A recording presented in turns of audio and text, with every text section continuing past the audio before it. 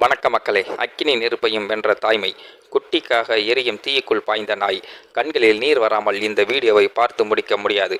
சுற்றிலும் பரவும் தீயும், மூச்சு திணற வைக்கும் புகையும், தாங்கள் உயிரை காப்பாற்ற மனிதர்களை ஓடிக்கொண்டு இருந்த அந்த நேரத்தில் எந்த பயமுமின்றி அந்த புகை மூட்டத்துக்குள் அந்த நாய் பாய்ந்தது. காரணம், உள்ளே அந்த நாயின் உயிருக்குயிரான குட்டி இருந்தது. மரணத்தை நேருக்கு நேர் கண்ட அந்த தருணத்திலும் அந்த தாயின் மனதில் இருந்தது ஒரே எண்ணமே, தனது குட்டியை எப்படி இருந்தாலும் பாதுகாப்பாக காப்பாற்ற வேண்டும் என்பதே. இறுதியில் எரியும் தீயுக்குள் இருந்து தனது குட்டியை வாயில் பிடித்து கொண்டு கீழே விரிக்கப்பட்டு இருந்த பாதுகாப்பான வலையில் அந்த நாய் குதித்த போது அங்கு வெற்றி பெற்றது தாய் நாய் என்ற சொல்லின் அர்த்தமே.